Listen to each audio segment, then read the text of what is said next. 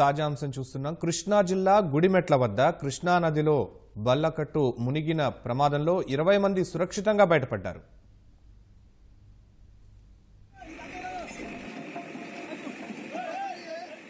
కృష్ణా జిల్లా గుడిమెట్ల వద్ద కృష్ణా నదిలో బల్లకట్టు మునిగిన ప్రమాదంలో 20 మంది సురక్షితంగా బయటపడ్డారు. మరిన్ని వివరాలు మా ప్రతినిధి శ్రీనివాస్ మోహన్ అడిగి తెలుసుకున్నాం. శ్రీనివాస్ మోహన్, కృష్ణా నదిలో బల్లకట్టు ప్రమాదానికి సంబంధించిన తాజా సమాచారం ఏంటి?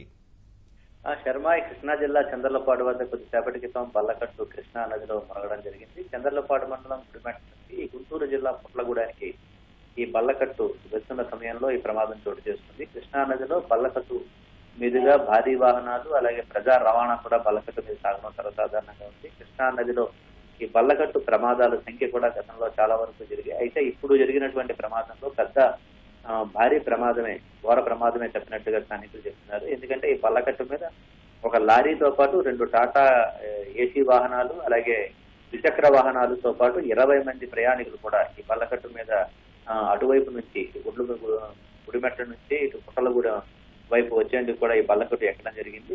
ఒడ్డుకు చేరుకున్న సమయంలో బల్లకట్టు యువతల వైపు ఒడ్డుకు వస్తున్న సమయంలో ఒక్కసారిగా బల్లకట్టు నీడమనగడం జరిగింది. అందులో ప్రయాణం చేస్తున్నటువంటి వాహనాలు ఉన్నటువంటి 20 మంది కూడా నీటిలో పడిపోవడం జరిగింది. స్థానిక మత్స్యకారులు వెంటనే వారిని ఒడ్డుకు తీసుకురావడంతో ప్రాణాపాయం తప్పింది. అయితే మిగతా వాహనాలు కూడా, లారీ గానీ ఇతర వాహనాలు కూడా నీటిలో మునిగాయి. వాటిని కూడా ఒడ్డుకు తీసుకురావడం జరిగింది.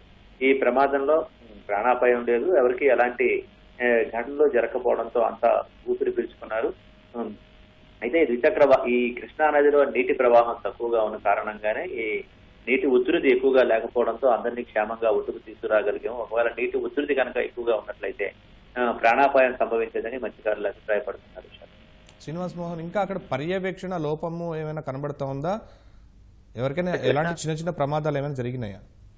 కృష్ణా నదిలో ఈ బల్లకట్లు రవాణా, బల్లకట్ల నిర్వహణకు సంబంధించి అధికారుల నుంచి సరైన పర్యవేక్షణ ఉండటం లేదు. ఇటు ఆంధ్ర, తెలంగాణ రాష్ట్రాలకు సంబంధించి ముఖ్యంగా కృష్ణా నదిలో ఇటు పులిచింతల ప్రాంతంలో కావచ్చు, అటు నల్గొండ ప్రాంతంలో ఉన్నటువంటి పుట్లగూడెం కృష్ణా జిల్లా పరిధిలో ఉన్నటువంటి ఈ చంద్రలపాడు ఈ ప్రాంతాల మీదుగా అచ్చంపేట ఇటుపక్క ప్రాంతంలో ఎక్కువగా, గుంటూరు జిల్లాలో ఉన్న అచ్చంపేట ప్రాంతంలో ఈ బల్లకట్టు రవాణా అనేది ఎక్కువగా జరుగుతుంది. మాదిపాడు కావచ్చు, అక్కడ ఇరుగు దగ్గర కావచ్చు, ఈ బల్లకట్టు రవాణా అనేది కృష్ణా నదిలో గుంటూరు, కృష్ణా జిల్లాలతో పాటు నల్గొండ జిల్లా ప్రజలు ఈ బల్లకట్టు ద్వారా ప్రజా రవాణా అనేది చాలా సంవత్సరాలుగా సాధారణంగా జరుగుతుంది. దీనివైపే ప్రమాదాలు జరిగినప్పుడు మాత్రమే పోలీసులు కావచ్చు, జలవనరుల శాఖ అధికారులు కావచ్చు, జిల్లా యంత్రాంగం కావచ్చు కొన్ని రోజుల పాటు పర్యవేక్షించడం, ఆ తర్వాత దాన్ని వదిలేయడం అనేది సాధారణంగా జరుగుతుంది. పరిమితికి మించి బల్లకట్టుపై వాహనాలను ఎక్కించడం జరుగుతున్న కారణంగానే ఈ బల్లకట్టు సామర్థ్యానికి మించి రవాణా జరుగుతున్న సమయంలోనే ప్రమాదాలు చోటు చేసుకుంటున్నాయి. ఈ బల్లకట్టు మీద ఆదాయం ఎక్కువగా సంపాదించాలనే ఉద్దేశంతో బల్లకట్టుకు సంబంధించిన నిర్వాహకులు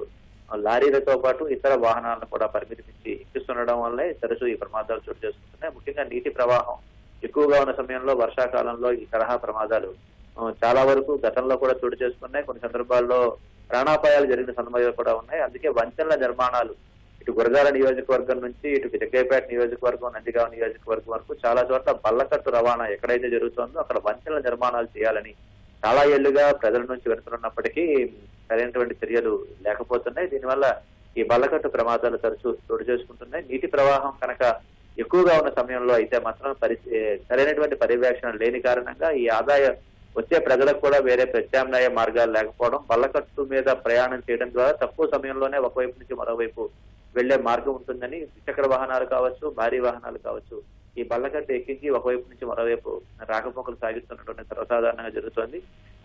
ఆదాయం సంపాదించాలి అనే ఆర్జనలో పరిమితికి మించి వాహనాలు ఎక్కుతుండడం, అలాగే బల్లకట్లు కూడా సరైనటువంటి మరమ్మతులు కానీ చేయకపోవడం, బల్లకట్టులో ఉన్నటువంటి సాంకేతిక సమస్యలే కాకుండా బల్లకట్టు నిర్వహణలో బల్లకట్టుకుండేటువంటి పైన నీళ్లు లోపలికి చొచ్చుకొచ్చే సమయంలో కూడా బల్లకట్లు నీటిలో మునిగిపోవడం అనేది జరుగుతోంది. అదే ఈ తరహా ప్రమాదాలకు కారణమని అభిప్రాయం వ్యక్తం అవుతుంది.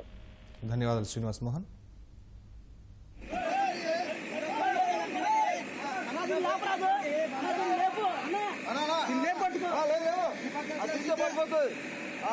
మాత్రం పడిపోతుంది, మొత్తం అయిపోయింది. అటు నుంచి తీసినాం అనుకో, అంత టైం లేదు నీకు, అంత టైం లేదు.